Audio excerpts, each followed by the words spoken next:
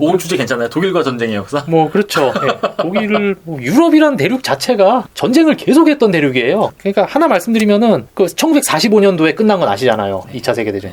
그날부터 지금까지 그러니까 서유럽을 기준으로요. 전쟁이 단 한 번도 지금까지 없는 가장 평화가 긴 시대예요, 지금이. 예. 아, 그러네요. 예, 인류가 거기 터잡고 산 이래로는 계속 어디에선가 전쟁이 계속 터지고 있었어요. 아, 유럽은 일단 전쟁의 역사니까. 예, 그렇죠. 예.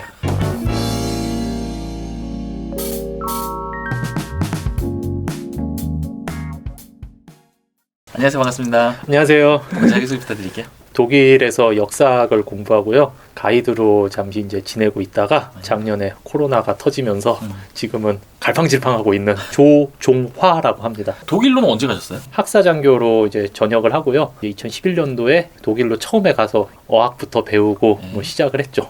한국에서는 전공이 뭐였어요? 한국에서도 역사학과 나왔어요. 사학과요. 예. 아, 일단 독일 관련해서 공부를 예. 했으니까 예. 1차 세계대전은 왜 일어나게 됐나요? 그때가 유럽 열강들이 한창 유럽 대륙 밖으로 식민지를 마구마구 펼치고 있던 때예요. 그때 이제 독일이 그때는 우리가 알고 있는 이 독일이란 나라가 없었어요.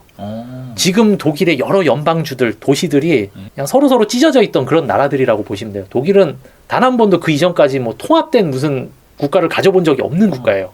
그렇게 하다가 이제 그 비스마르크라고 그 잠결에 들어보셨죠, 세계사 시간에. 코스 이렇게 난 아저씨, 네. 철맨 이렇게 쓰신 분. 그분이 이제 등장하면서 1871년에 세력을 점점 넓히면서 그냥 독일을 통일을 해요. 독일어를 쓰는 그 여러 연방주들을 다 통일을 합니다. 대부분의 지역들을. 오스트리아나 스위스 이쪽은 제외하고요. 이제 팽창 정책을 펴요, 얘가. 그리고 그 앞선 나라들, 프랑스라든지 뭐 영국 이런 나라들은 스페인도 그렇고 그 앞서서 좀 통일된 왕조를 딱 유지하고 있던 그건데 얘네가 이제 조금 늦었잖아요, 후발주자로. 좀 강력한 전제 왕권을 가진 국가로서의 출발이 늦었잖아요. 독일이. 예.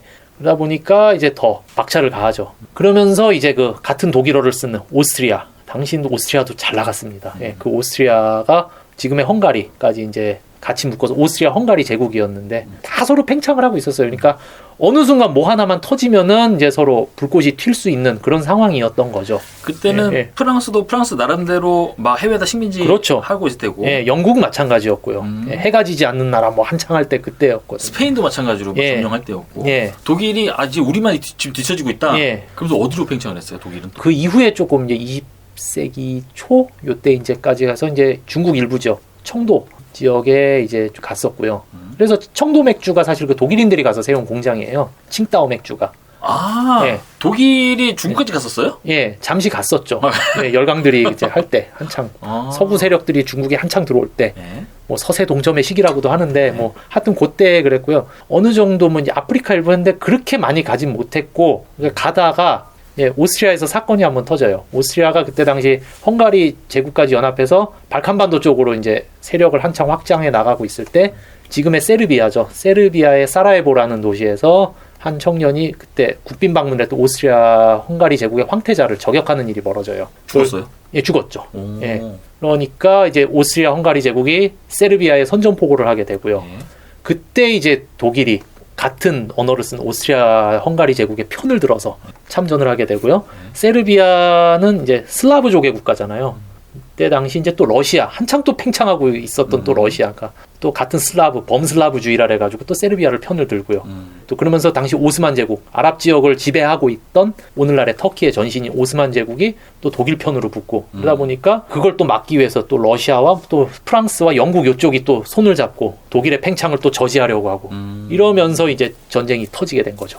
그게 1차 세계대전이라고 할 수 있죠. 1차 세계대전이 이제 터지고 그게 전쟁이 한 얼마나 갔나요? 예, 1차 세계대전 1914년부터 1918년까지 4년간 그렇게 전쟁이 일어나게 돼요. 그때는 이제 아까 말씀드렸던 것처럼 이제 독일 제국이었죠. 황제가 통치하는 그런 나라였어요.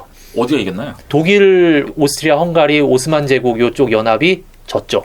그걸 이제 흔히 이제 번역하기로 추축국이라 그러고 이제 그 미국, 영국 미국은 나중에 참전을 하게 되는데 어쨌든 영국, 프랑스, 뭐 미국 이쪽이 연합국이라고 이렇게 얘기를 하고요. 그렇게 해서 우리가 알고 있는 이제 서방 세계들 그쪽이 이겨요. 예, 그리고 독일이 패망을 하게 되죠. 그 전쟁의 승패를 가르게 되는데 어떤 뭐 영향을 끼쳤던 사건이나 뭐 이런 게 있나요? 있죠. 전쟁이 한창 진행되면서 저 대서양 건너에 미국이 이제 아무래도 또 이제 키를 쥐게 돼. 처음에 미국은 딱 보면서 저 바다 건너에 전쟁이 났는데 중립을 선언하죠. 양쪽에 무기 팔면 되는데 군수물자 팔면 돈 버는데 음. 그래서 참전을 안 해요. 네. 그러면서 아무래도 같은 언어를 쓰는 뭐 영국에도 물자를 조달해주고 뭐 프랑스에도 물자를 조달해주고 이러다 보니까 그 보급선을 끊기 위해서 독일이 무제한 잠수함 작전이라는 걸 펼쳐요. 네. 우보트라고 하죠, 독일어로. 그 잠수함이 미국의 상선들을 대서양에서 계속 격침을 시킵니다. 네. 고래로. 그러니까 무제한 말 그대로 군함이든 상선이든 미국 배는 무조건 깐다 이거예요. 잠수함에서. 예. 네. 그러다 보니까 미국이 돌죠. 네. 예. 참전을 선언해요. 네. 독일에 선전포고를 하게 됩니다. 돈 많이 벌고 땅덩이 넓은 힘센 나라 미국이 참전을 하면서 예, 전세가 점점 기울게 되죠. 그러면서 독일은 그렇게 하게 되고요. 그다음에 독일 북쪽에 하면 킬이라는 K-I-E-L, 킬 항구 도시가 하나 있는데요. 거기에서 이제 독일 제국 수병들이 반란을 일으켜요. 1918년에 민주화 요구를 하고 제국 황제의 명을 더 이상 우린 듣지 않겠다. 전쟁이 아직 끝나기 전에. 예, 그게 사실상 이제 독일 패망의 더 큰 원인이 되죠. 일단 해군 수병들이 말을 안 듣고 이제 다 민주화를 요구하고 우리는 이런 전쟁 이제 못 하겠다 이러면서 독일은 결국 어쩔 수 없이 항복을 선언하게 되죠. 그럼으로 인해서 프랑스의 베르댕이라는 도시가 있어요. 열차를 타고 가서 결국 항복 문서에 그 열차 안에서 조인을 하게 됩니다. 그렇게 조인을 하게 되고 프랑스가 바로 옆에 붙어 있잖아요. 라인강 건너서. 언제 얘네들이 다시 힘을 모아서 규 앞에서 클지 모르잖아요. 그럼 어떻게 하고 싶겠어요? 까레님이 프랑스의 입장이라면 다시는 얘네들을 한번 전쟁을 일으켰던 얘네들. 뭐 해야 되지? 무기를 못 만들게 해야 되나? 그렇죠. 예, 무기를 못 만들게 하고 힘을 못 기르게 해야 되죠. 예, 막대한 전쟁 배상금을 물려버립니다. 예. 독일한테. 예. 그러면서 독일은 어쨌든 그렇게 하면서 황제가 퇴위를 하고요. 비렐름 4세일 겁니다. 그 황제가 퇴위한 황제가 네덜란드로 망명을 하게 되고 이제 독일 제국은 끝이 나요. 그러면서 민주 헌정주의 우리가 알고 있는 바이마르 공화국이라는 그게 그때 1918년부터 이제 공화국 선거에 의해서 대표를 뽑고 하는 그 민주정이 시작이 되는 거예요. 독일에서 최초로. 그때 독일이 배상해야 될 그 전쟁 배상금 한 어느 정도 규모였어요? 독일이 당시 받았던 이제 막대한 배상금이 1320억 마르크, 약 한 300조 원? 그러니까 지금으로 환산하면 지금 가치로 300조 원 정도? 예, 그 정도 될 겁니다. 예. 그거를 독일이 배상할 능력이 됐어요? 전쟁도 망했는데? 안 됐죠. 안 됐죠. 당연히 안 됐죠. 네? 일부러 그런 거예요. 그냥 예. 다시는 못 일어나게? 예, 그렇죠. 경제를 파탄내면 얘네들이 다시 못 일어날 것이다. 그래서 버는 족도 계속 빚 갚게. 그렇죠. 그러다 보니까 어떻게 되겠어요?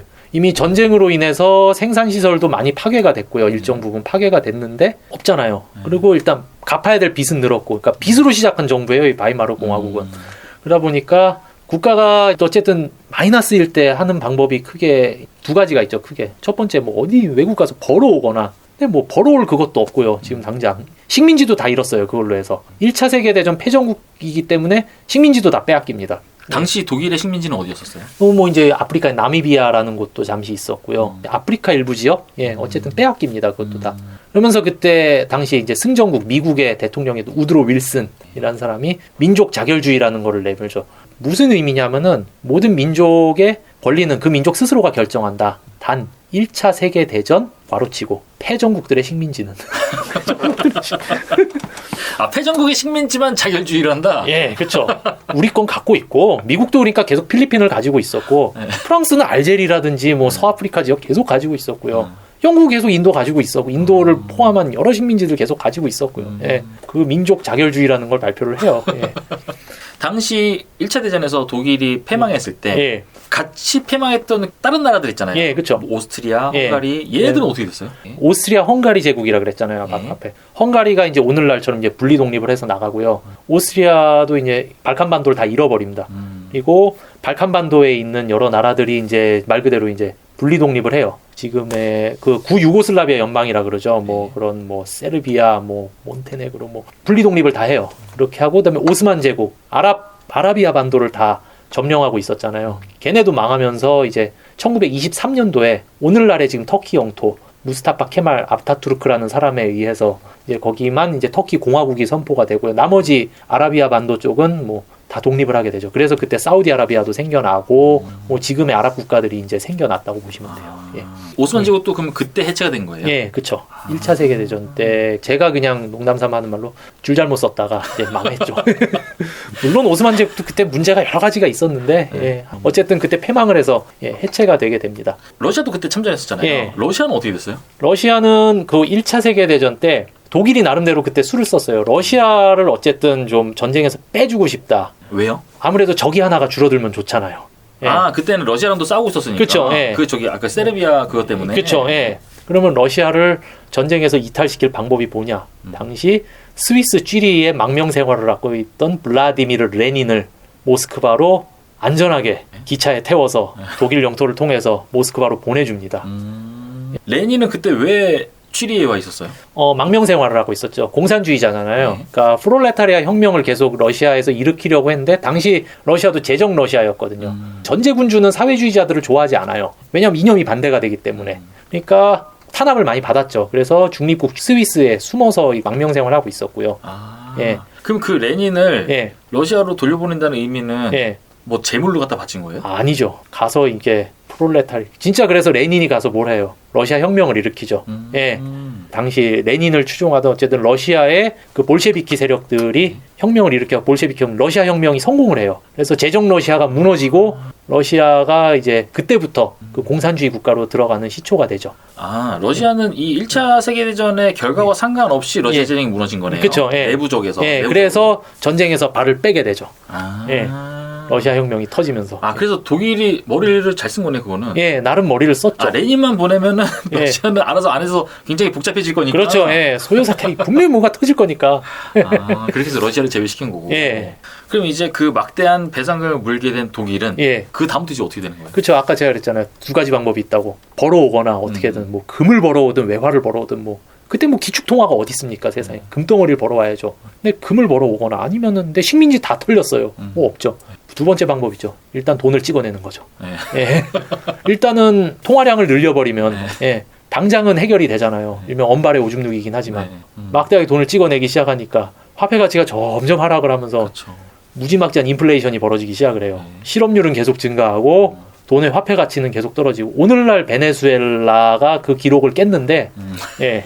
짐바브웨랑 베네수엘라가 그 기록을 깨기 거의 전까지는 뭐 20세기에 거의 뭐 탑급의 인플레이션이 바로 벌어져요. 하루아침에 뭐 몇십만, 몇백만 마르크가 막 되고요. 당시 기록들을 보면은 막 빵집 앞에 칠판이 있어요. 빵 한 덩이에 뭐 300마르크. 하다가 한 30분 지나면 다 지우고 2,000마르크. 뭐 이런 1, 20분 있다 또 지우고 이제 또 뭐 3,500마르크. 막 그냥 막 계속 올라가는 거예요. 물가가 그냥 천정부지로 올라가는 거죠. 독일 제국 마르크가 그냥 휴지가 돼 버린 거예요. 그러니까 그냥 뭐 실업률은 올라가고 예, 완전히 경제가 파탄이 나버린 거죠. 그러다 보니까 사람들이 배고프잖아요. 일단 나름대로 뭐 여러 가지 이제 뭐 분석된 내용들이 있는데 그걸 다 제외하고서라도 어쨌든 그때 이제 20년대죠. 바이마르 공화국 30년대 초까지 20년대 그런 경제난을 겪으면서 서서히 이제 극우 세력들이 여기저기서 막 등장을 하는데 그때 이제 오스트리아에서 딱 1차 세계대전 때 독일 제국군의 병사로 근무했던 한 사람이 그 극우 단체에 가입을 하면서 이걸 참 잘해요. 예, 남동부 지방, 뮌헨, 이쪽 바이에른 지방을 중심으로 호를 아주 잘하면서 이제 새를 불리기 시작을 합니다. 우리가 다 알고 있는 아돌프 히틀러예요, 그 사람. 예. 특이하게 예. 오스트리아 출신이란 말이에요. 예. 근데 어떻게 독일에서 그렇게 총리가 됐었나요? 그렇죠. 예, 총통이 됐죠. 총통? 예. 어떻게 오스트리아 출신인데 독일의 총통까지 그렇게 올라갈 수 있었어요? 그가 언제부터 극단주의자가 됐는지는 뭐 설이 분분해요. 근데 어쨌거나 그 시절에 그 사람은 지독한 아주 강력한 반유대주의자였고 아주 극단적인 극우주의자였어요. 어쨌든 그렇게 하면서 왔다 갔다 하면서 살 수는 있었죠. 얼마든지. 어쨌든 그 또 독일 제국군의 병사로 근무를 했으니까 독일 시민권을 얻었고요. 그렇게 하면서 어쨌든 독일에 정착을 했어요, 이 사람은. 어쨌든 같은 언어를 쓰니까. 그러면서 그 아까 말씀드린 것처럼 1929년인가 아마 그럴 겁니다. 정확하게 모르겠는데 뮌헨의 비어홀이라고 있어요. 큰 맥주집이 하나 여러 군데 있는 것 중에 한 군데서 나름 이제 정권을 찬탈하기 위한 폭동을 일으키고 일종의 쿠데타죠. 예, 일으켜요. 소요 사태를 일으키는데 잡히죠. 네. 바로. 예. 아, 실패했어요? 예, 실패했어요. 네. 예. 그래서 감옥에 끌려가요. 근데 뭐 그때 당시만 해도 바이마르 공화국에서 뭐 그냥 좀 극단주의자들의 소요 사태 정도로만 인식을 했는지 그냥 한 1년도 채 안 받았습니다. 징역을. 하여튼 그 몇 달 징역을 살면서 그 안에서 이제 나의 투쟁이라는 마인캄프 독일어로 그 자서전을 집필을 해요. 그러면서 이제 이 사람이 생각을 하죠. 아, 쿠데타로는 안 되겠구나. 선거. 어쨌든 제가 말씀드렸잖아요. 선거로 이제 정부가 구성되는 것이 1918년부터 시작이 됐다고. 저 선거에서 내가 당선만 되면 되는 거 아닌가. 이제 그러면서 나와서 이제 정말 이제 점점 더 세를 불려가기 시작합니다. 근데 여러 가지 원인이 있는데요. 그냥 먹고 살기 힘들어지면은 사람이 아무래도 좀 감정적인 곳에 많이 치우치게 돼요. 그러다 보니까 계속 선동을 하기 시작하죠. 이렇게 우리 경제가 파탄이 난 게 저 다 유대인들 때문이다. 저 유대인들이 다 돈 쥐고 안 풀어서 그렇다. 저 사회주의자들이 뻑하면 파업을 해서 그렇다. 이런 식으로 계속 막 해내기 시작해요. 그러면서 세를 엄청나게 불려요. 지지율을 엄청 끌어올리죠, 그 당을. 그래서 1933년도에 그때 독일에 총선이 있었는데요. 당선이 됩니다.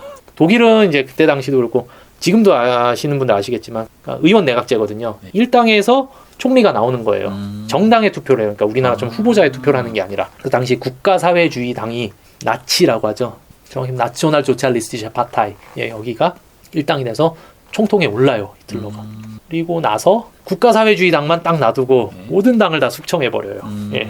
그리고 자기가 이제 절대 권력을 쥐게 되죠. 반대파들 숙청. 예. 이유는 뭐로 잡았어요? 아까 말씀드렸던 비슷한 이유로 사회주의자들이 세상을 혼란스럽게 한다. 아, 너네 때문에 지금 독일이 가난하다. 예, 그렇죠. 예. 너네들이 파업해서 이렇게 된 거다. 너네들이 일 안 하고 그러면서 그리고 우리가 이렇게 된 거는 저 프랑스 애들이 저 우리한테 막대한 배상금을 물려서 그렇다. 저 프랑스, 영국 이런 애들이 저 나쁜 애들이다. 그러면서 그 베르댕에서 항복문서 서형하고 베르사유 궁전에서 항복 정확하게 그 배상금 물어내는 조약을 했는데 그걸 베르사유 조약이라고 하고 다 파기시켜버려요. 일방적으로 다 깨버려요. 우리 돈 못 갚는다. 그렇게 나오면은 또 프랑스가 가만히 있나요? 가만히는 안 있었는데 그때 당시 프랑스나 영국이나 외교적으로 어떻게든 해결을 해보려고 했어요. 근데 뭐 말이 안 통하죠. 우린 못 갚는다.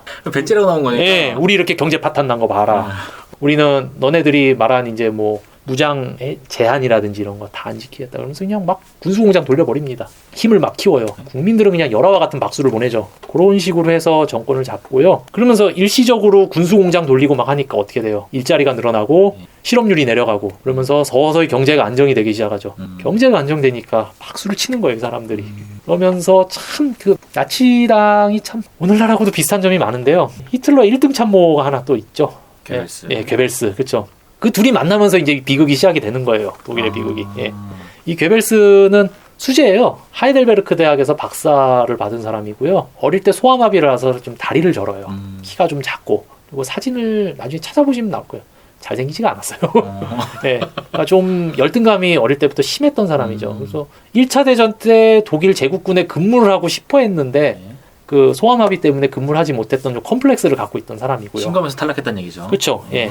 그리고 그 장애 때문에 여기저기서 취업이 안 돼요. 그러다 보니까 좀 세상에 대한 반감이라든지 열등감이 굉장히 이제 많았던. 나 이렇게 똑똑한데, 나 박사인데, 그렇죠. 아, 똑똑해요, 실제로. 예. 그래서 뭐 문학이랑 철학을 전공한 사람이거든요. 작가로도 해보려고 글을 써서 뭐 출판사에 내보고 다 거절당하고 막 되는 게 없었어요. 그러다가 이제 히틀러를 만나가지고 이 머리가 정말 명석한 사람인 게 이 사람이 이제 나치가 정권을 잡고 나서 가장 이제 했던 게 그거였어요. 그 당시로서 가장 부의 상징이자 최첨단의 상징인 라디오를 국민들한테 아주 싼 값에 보급을 시킨 거예요. 괴벨스가. 예, 제국 선전부 장관이었거든요. 예. 그러면 일단 어떻게 돼요? 라디오를 찍어내기 위해서 공장이 돌아가고 일자리가 들어가고 그리고 국가 예산을 통해서 지금 생각을 해보세요. 맥북 최신형 모델 혹은 뭐 아이패드 만약에 뭐 한 100만 원이라고 칩시다. 본인 부담금 30만 원 내고 국가가 한 70만 원 보태준다면 사시겠어요? 안 사겠어요? 사죠.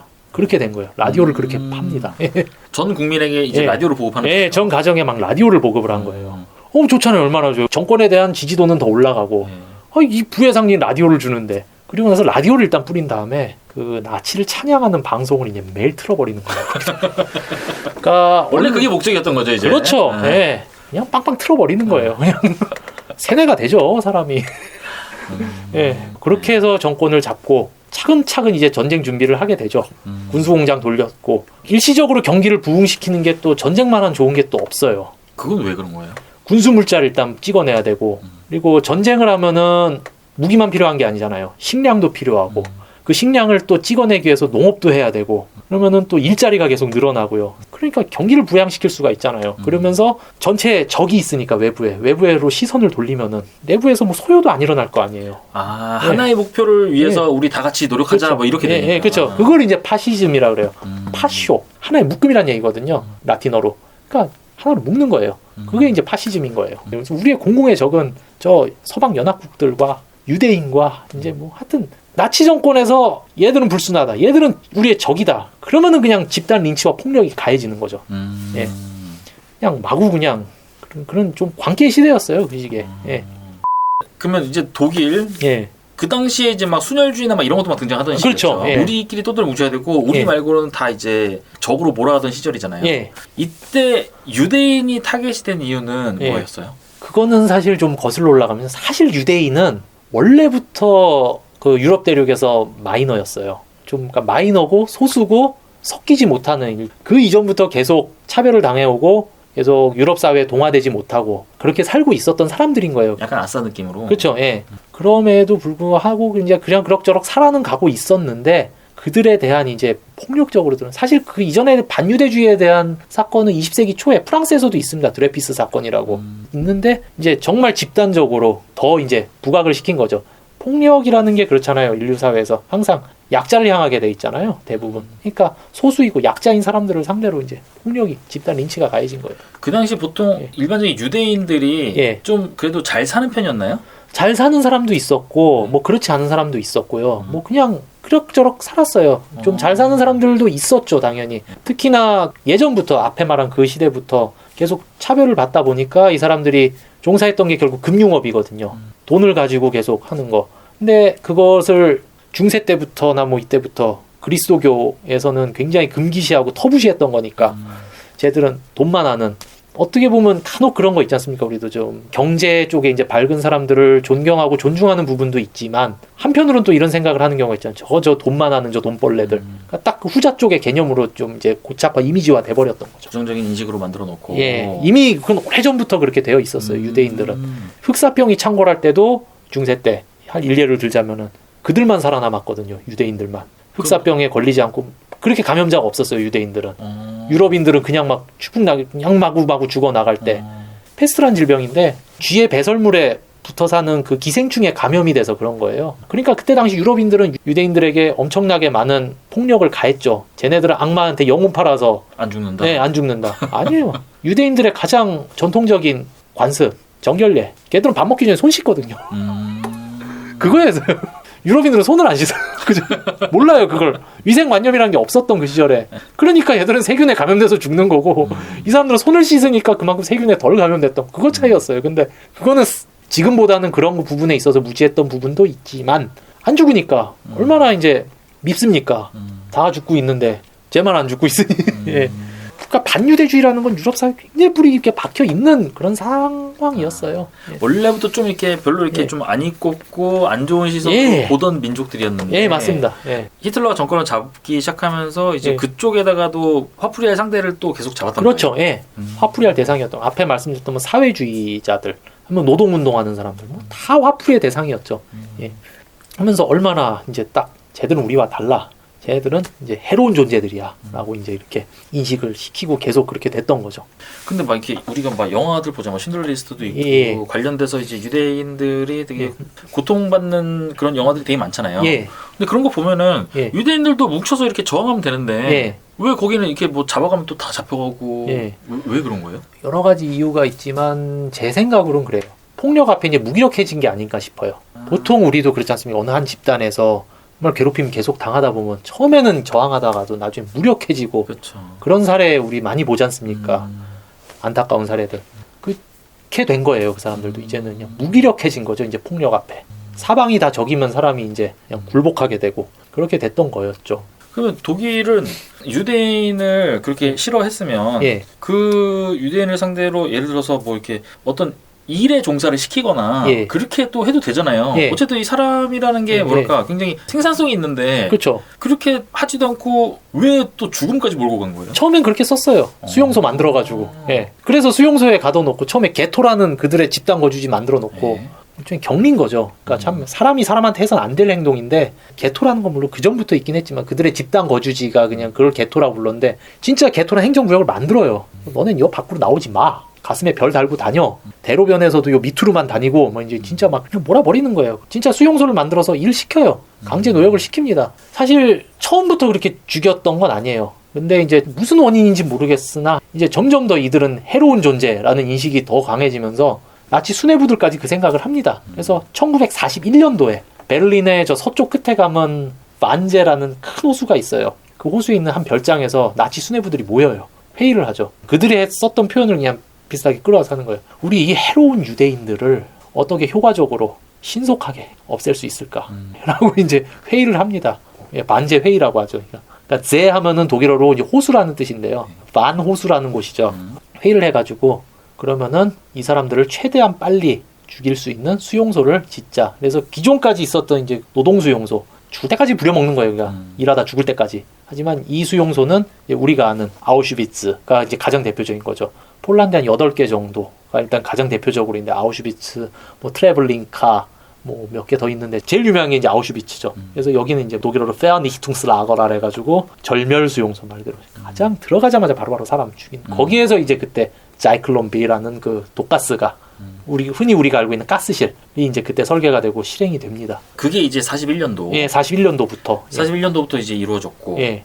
2차 세계대전은 2차 대전은 그 전에 일어나죠. 1939년도에 독일이 막 힘을 길러놨잖아요. 이제 39년도에 지금의 폴란드를 그냥 무단으로 점령을 해버려요. 선전포고도 없이 그냥 바로 들어가 버립니다. 점령을 해버려요. 근데 서방 세계들도 눈뜨고 이제 보고 있는 거죠. 설마 했는데 이 사람이 진짜 그냥 점령을 해버립니다. 폴란드를. 1차 대전이 끝나고 몇 년 만이죠 그러면? 1918년도에 1차 대전이 끝났으니까 39년까지 21년 만에 전쟁이 다시 시작이 된 거예요.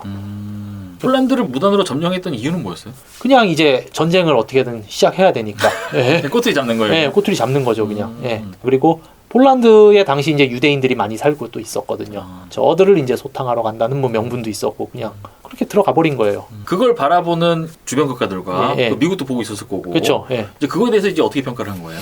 이제 당연히 하지 말라 그러죠. 근데 뭐 말을 듣습니까? 안 듣죠. 그리고 이제 폴란드 너머에 이제 당시 소비에트 유니온, 이제 레닌이 아까 그 러시아 혁명 일으켰다 그랬잖아요. 그리고 나서 레닌이 죽고 레닌의 권력을 이어받은 스탈린, 네. 요시프 스탈린이 그 당시 권력을 잡고 있었는데 히틀러가 사전에 밀약을 맺어요. 그걸 독소 불가침 조약이라 그래요. 우리는 서로 때리지 말자. 그래서 스탈린은 일단 아무 말도 안 합니다. 구경만 해요, 진짜. 폴란드에 무수히 많은 사람들이 이렇게 죽어가고 하는데도 정말 눈뜨고 구경만 해요. 그리고 독일이 이제 오늘날에 우리가 이제 코로나 이전까지 많이들 여행 가셨던 프라하, 체코도 점령하고 동유럽 일대를 그냥 막 다 점령을 합니다. 발칸반도도 들어가고. 그러면서 서방 세계에서 또 하지 말라 그러니까 또 때리러 가요. 프랑스를 또 때립니다. 근데 당시 이제 네덜란드하고 벨기에 이쪽은 중립을 지키면 우리는 안전하겠다라고 생각을 했는데 오판이었죠.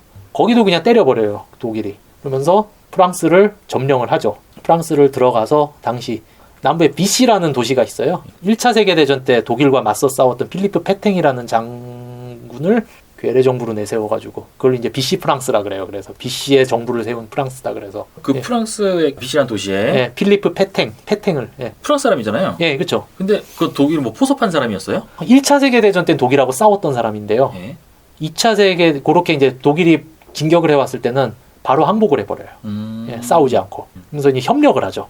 그래서 이제 북부 프랑스는 독일이 직접 통치를 하고 남부에는 그 비시에 이제 괴뢰 정부를 내세워서 그 필리프 페탱이라는 사람을 국가 수반으로 해서 프랑스 정부를 하나 세워요. 그래서 당시 필리프 페탱의 부하였죠. 1차 세계대전 때 당시 대위로 싸웠던 샤를 드골이 여기에 이제 격분을 해서 영국으로 망명을 합니다. 그리고 자유 프랑스라는 거를 만들어요. 우리나라로 치면 이제 임시정부 같은. 여기서 궁금한 게 예, 프랑스는 예, 뭐 잘 지내고 있었잖아요. 그렇죠. 근데 예. 독일은 1차 세계대전 망하고 예. 지금 20년밖에 안 지났단 말이에요. 예, 예. 나라 꼴이 거의 거지 같은 꼴까지 갔었잖아요. 갔죠. 예. 근데 20년 만에 예. 어떻게 이 독일이 프랑스를 점령할 수가 있어요? 결과론인데 예. 뭐 원인이야 여러 가지 있겠지만 어쨌든 아까 말씀드렸다시피 히틀러가 쌩까고 군비를 계속 확충시켰잖아요. 예. 그거 가지고 이제 밀은 거죠, 그냥. 그렇게 못 살던 나라도 20년 만에 이렇게 프랑스를 다시 침공할 정도로 예. 성장을 사실 20년도 아니죠. 33년도부터 39년도 거의 뭐 6년 만에. 예. 그게 그렇게 되네. 예. 프랑스가 방심하기도 했나요? 그런 것도 있죠. 특히 그 위에 벨기에, 네덜란드는 중립국이니까 요쪽으로는 안 올 거고 네. 라인강 요쪽 라인으로 참호를 팠죠. 프랑스도 어느 정도 대비를 해서. 그래서 그 참호를 마지노 라인이라고 그래요. 예. 그 지역 이름이에요. 그. 지역 이름이 맞죠? 예, 그래서 마지노 라인, 그래서 마지노선이라고 하죠. 우리가 항상 얘기하는 게 거기에서 비롯된 거예요. 근데 그 참호로 돌진을 안 하고 벨기에, 네덜란드를 싹 지나서 그냥 뒤통수를 때려버린 것도 있고요. 모두 예상을 뒤엎고 예. 위로 들어가서 네덜란드, 벨기에 쪽으로 해서 들어간 거예요. 예, 그렇죠. 그래서 파리로 들어가 버린 거죠. 예. 일단 처음에 폴란드를 치고 들어간 것도 약간 예. 당시의 세계 정세에서 보는 그런 상식과는 좀 맞지 않는 행동이었잖아요. 그렇죠. 예. 선전포고도 없었고. 그렇죠. 예. 근데 그 중립국도 예. 사실 뭐 예. 상식이 통하면은 그쵸. 그거 안 들어가는 게 맞지만 안 들어가는 게 맞죠. 예. 근데 지금 독일은 지금 그런 상황이 아니었잖아요. 그렇죠. 그 당시. 그쵸. 예. 그러니까 그 당시의 상황은 외교적인 상식이라든가 뭐 이런 외교적인 관례 이런 걸 다 뛰어넘었어요. 그냥 아예 그냥 그걸 다 깨버리고 그냥 들어간 거예요. 프랑스는 거의 초반에 당했네요. 그렇죠. 그렇게 하면서 샤를 드골. 그래서 지금 파리의 국제공항 이름도 샤를 드골 공항인 거예요. 그 샤를 드골 장군이 이제 영국으로 망명을 해서 항전을 계속 시작을 하게 되죠. 예. 그리고 프랑스를 침공한 이제 독일은 그 예. 다음부터 또 이제 어떻게 된 거예요? 프랑스를 점령을 했고요. 그리고 비시 프랑스랑 괴뢰 정부를 세웠다가 나중엔 이제 자기들이 다 직접 통치를 해버려요. 남부 프랑스까지. 그리고 독소 불가침 조약을 맺었다 그랬잖아요. 근데 1941년, 2년 이쯤에 그거를 또 일방적으로 히틀러가 파기를 해버리고 소련을 침공을 해버려요. 소련으로 침공한 이유가 뭐였어요? 역사학자들이 말하기에 이 사람도 이제 좀 망상에도 빠져 있었는데, 히틀러가. 예. 네. 근데 이 절대 권력자니까 이 사람을 견제하거나 옆에서 바른 말할 사람도 없죠 주변에. 또 그렇게 얘기하면 또 죽으니까. 그렇죠. 예. 밀고 들어가겠다는데. 예. 예. 실제로 소련을 때린 결과는 어떻게 됐어요? 참담했죠. 소련 남서쪽에 쿠르스크라는 이제 도시가 있는데요. 거기에서 이제 대참패를 하죠. 또 하필이면 또 11월 요때 겨울에 들어갑니다. 예. 그 추운데. 예. 그러니까 동상 걸리고. 근데 이 소련군들은 원래 추위에 또 최적화된 사람들이잖아요. 원래 거기서 나와버리가 추우니까. 그렇죠. 예. 원래 거기서 나고 자란 사람들이. 이제 서서히 이제 반격을 하기 시작합니다. 맞았으니까. 그래서 2차 세계대전의 가장 큰 패배 원인 중에 하나가 그거예요. 전선을 양쪽으로 분산시켰다는 거. 서부 전선, 흔히 말하는 프랑스 요쪽 라인. 그러면서 이제 미국이 또 참전을 하게 되죠. 대서양 건너 미국이 영국을 발판 삼아 그 아까 말한 자유 프랑스, 영국 이렇게 해가지고 서쪽에서 반격을 해 들어오기 시작하고요. 그게 이제 라이언 일병 구하기에 나온 노르망디 상륙 작전. 예.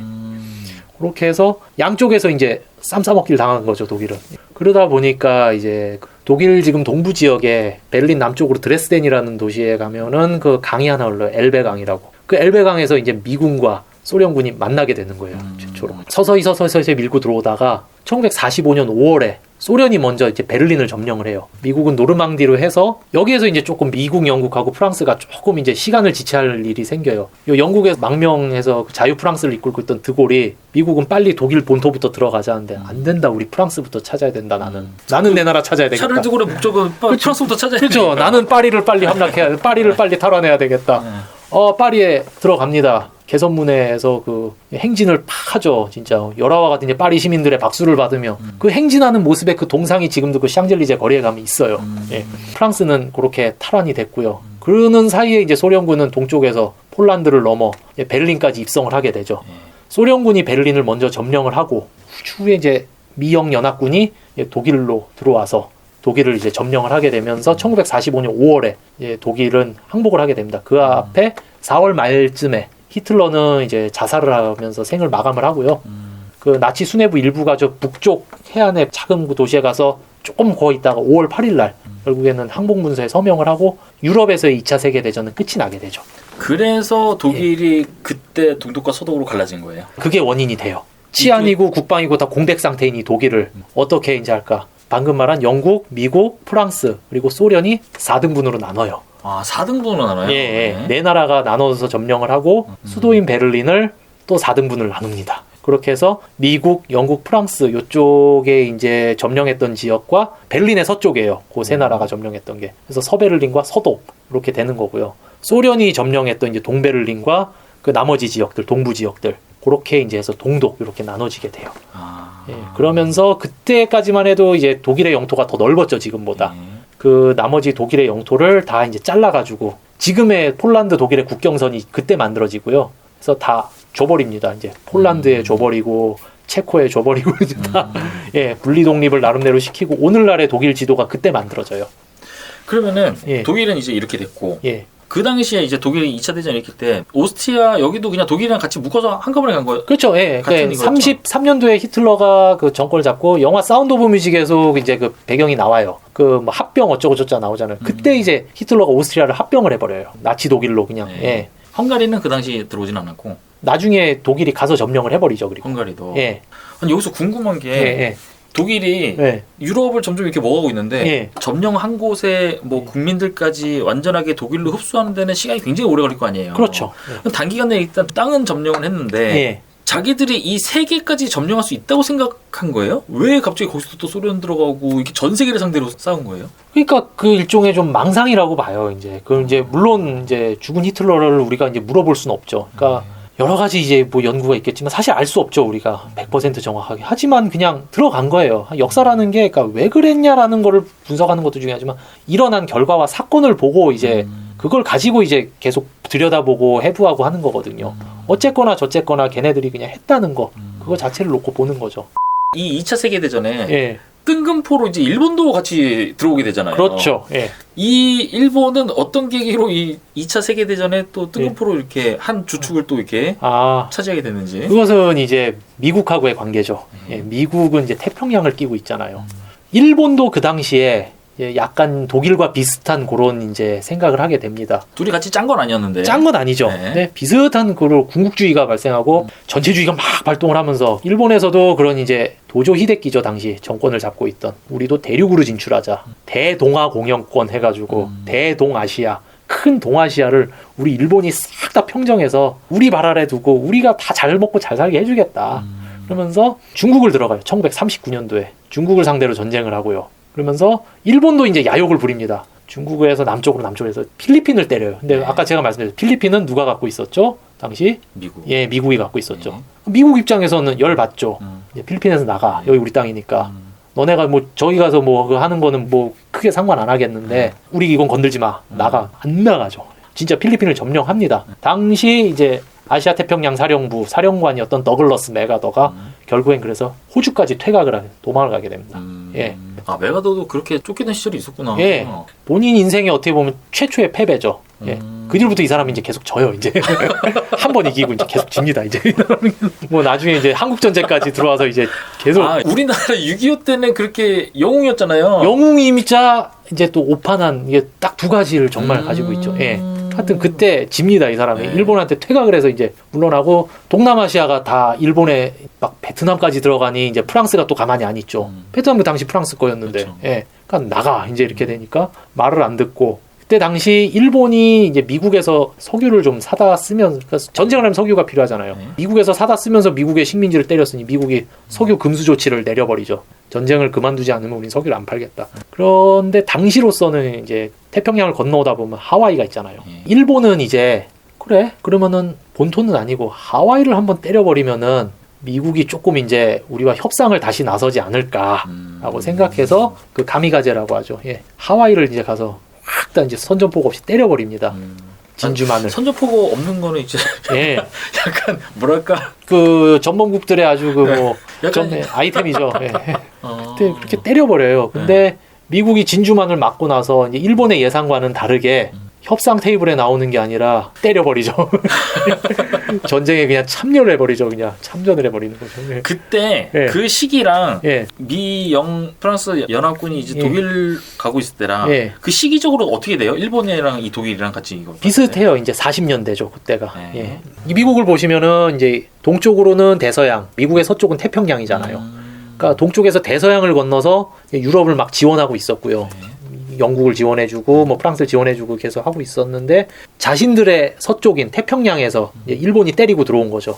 그러니까 이제 거기에도 이제 맞대응을 시작한 거예요. 미국은. 예.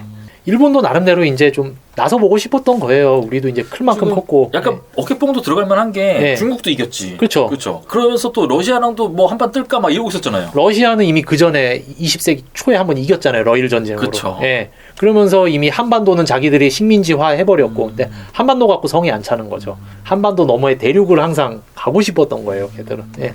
그렇게 생각을 가지고 어쨌거나 저쨌거나 걔네도 때린 거예요. 미국을. 그쵸. 예, 예. 그 영화 진주만 보시면 이제 나오죠. 그 말고도 뭐 돌아라는 영화도 있고요. 뭐 그걸 배경으로 한 영화는 뭐 많습니다. 하여튼 그렇게 해서 때렸다가 그렇게 해서 5월 달에 그렇게 전쟁이 유럽에서 끝났잖아요, 먼저. 그러면 이제 남아있는 적은 일본 하나잖아요. 예, 계속 일본에다가 이야기를 하게 되죠. 그만해라. 이제 전쟁 그만하고 항복하고 나와라. 이쪽 다 끝났어, 이제. 예, 그렇죠. 이쪽은 끝났으니 이제 태평양 전쟁. 예, 요거 하나 남아있는 거죠. 근데 끝까지 계기죠, 얘네들이. 끝까지 이제 결쌍전을 하겠네, 뭐 이러다가 8월 달에 원폭 2방을 맞고 8월 15일 날 무조건 항복을 얘네들이 하게 되는 거죠. 2차 세계대전의 끝을 일본의 항복으로 보는 거죠? 그렇죠. 그럼 이제 이렇게 해서 이제 2차 세계대전까지 끝났어요. 예. 독일 또 졌잖아요. 그렇죠. 독일은 그럼 이제 1차 세계대전이라고 이제 전쟁 배상금까지 물었는데 예. 이제 2차 세계대전이 끝나고 나서는 독일은 또 이제 어떻게 되는 거예요? 1차 세계대전 이후하고는 좀 달라져요. 미국이라든지 서방 세계 국가들의 역학관계, 이제 외교적인 그 이해관계에 따라서 달라져요. 그렇게 해서 아까 4등분으로 나눴다고 했었잖아요. 네. 그럼 이제 그때 당시 가장 큰 축이었던 강대국 둘, 미국하고 소련이 편을 먹고 싸웠잖아요. 두 개의 태양이 뜰 수가 없죠. 그래서 이제 냉전이라는 시기가 이제 도래하게 됩니다. 소련을 중심으로 한 동유럽 국가들, 위성 국가들, 공산주의, 사회주의라는 사회 체제를 받아들인 국가들, 그리고 미국식 자유주의, 자본주의를 한 이제 국가 모델들을 따른 국가들의 이념 전쟁이 시작되는 거죠. 예. 전면전은 둘이 하지 않지만 이념 갈등이 이제부터 시작이 되는 거예요. 그러면서 누구의 이념이 더 우수한지를 더 많은 사람들이 생각을 해야 또 그 지역에 대한 주도권을 잡을 거 아니겠습니까? 그러다 보니까 이제 유럽에서도 냉전이 시작되고 아시아에서도 냉전이 시작되고 큰 틀에서 보면 그렇습니다. 예. 그렇게 되면서 영국, 미국, 프랑스가 분할 점령하고 있던 그 서독 지역이 본의 아닌 좀 수혜를 받게 돼요. 당시 미국의 국무장관이었던 조지 마샬이 하나의 계획을 내는. 이제 미국은 돈을 많이 벌었잖아요. 전쟁을 통해서 어쨌든 딱 이제 정말 돈도 많아지고 세계적인 군사력도 가지게 됐고 이제 자신들의 위험을 온천하에 떨쳤잖아요. 그런데 이 돈을 계속 더 벌려면은 어딘가에 경제가 돌아야 되고 자신들의 물건을 갖다 팔 곳이 있어야 되잖아요. 근데 대서양 건너 유럽을 이렇게 바라보니까 전쟁으로 다 초토화가 됐어요. 전쟁으로 초토화된 데 가서 뭐 팔면 누가 삽니까 그거를. 아무리 좋은 물건을 산다고 누가 삽니까? 얘네도 뭐 돈을 벌어야 뭐 우리 걸 사줄 거 아니에요. 아, 안 되겠다. 유럽을 부흥시키자. 이제는 징벌적 손해배상이 아니라 유럽을 부흥시키자.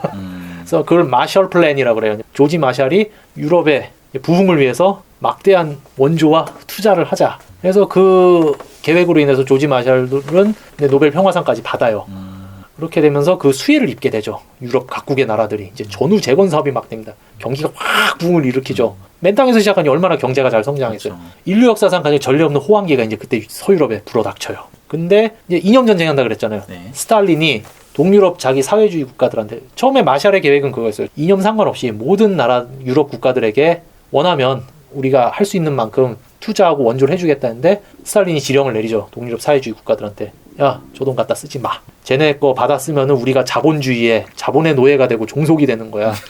우리는 사회주의 경제 체제. 쟤네들의 저 돈 맛을 알면 안 돼. 장벽을 쳐버려요. 그래서 그 폴란드 수도 바르샤바에서 나름대로 이제 자기들끼리 그 조약을 맺어요. 바르샤바 조약이라고. 저거 돈 갖다 쓰지 말라는 조약을 맺죠. 얘 돈 받지 마, 돈 받지 마. 배신하면 죽어 이제 이러면서.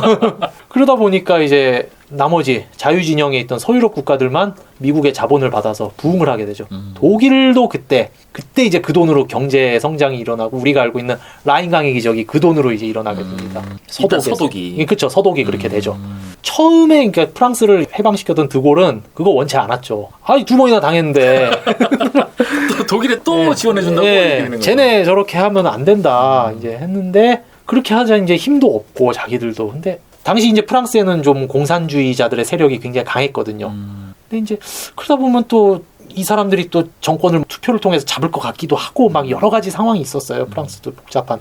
그러다 보니까 이제 어쩔 수 없이 이제 독일의 재무장이라든지 이런 부분을 허용을 해주게 되고 독일 입장에서는 어쨌든 빨리 이 기회에 돈 받아서 경제 성장하고 재무장 다시 해야 될 거 아니에요. 그렇죠. 전문 국가지만. 그러면서 재무장을 어떻게든 하려고 해요. 당시 콘라드 아데나우 총리가. 그러는 과정에서 어쩔 수 없이 이제 좀 프랑스와 독일이 합작을 하게 되죠. 경제를 어쨌든 같이 일으키고 그러면서 프랑스에서 최초에 냈던 계획이 자 그러면은 그 라인강 일대 지금 거기 우리나라도 이제 6, 70년대 많이 가셨잖아요. 그 광부 그 노동자로 많이 가셨잖아요. 광부 간호사. 예, 간호사. 거기 광산이 많아요. 철광석하고 석탄이 무지하게 많이 매장이 돼 있어요. 그러니까 그거를 프랑스에서 처음 얘기는 공동으로 좀 관리해서 쓰자 우리가 유럽이 좀. 왜냐면 그걸 전적으로 독일의 영토라고 독일에 줘버리면은 얘네 또 이걸로 또 일어설 수 있으니까. 또 사고 칠지도 모른다. 그렇게 해서 공동으로 해서 하기 위해서 이제 베네룩스 국가로 독일, 프랑스 이런 나라들이 모여서 유럽 석탄 철강 공동체라는 게 만들어져요. 그게 이제 오늘날의 유럽 연합의 시초가 되는 거예요.